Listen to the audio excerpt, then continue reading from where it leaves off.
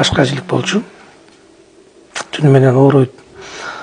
Түнү менен басып чыгат. Ал убакта бир эле таблетканын түрү бар, аналгин деген. Аналгинди пачкалап ичет.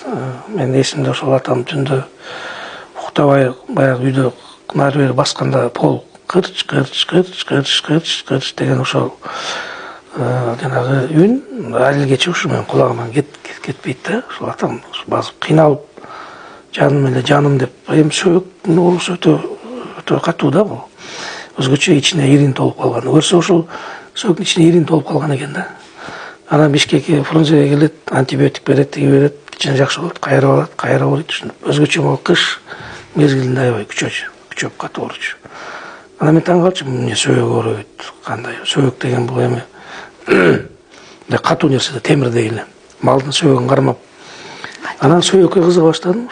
Ошол сөөктөрдү алып, ойноп, мындай жилеген чагып, нелерин анатомияларын карап, даже бир жолу апам бир койдун сөөөгүн итке ыргыта берсе, ыйлап барып сөөктү алам дегенде ит колумду тиштеп алган да, мындай тыртык бар го, чоң тыртык.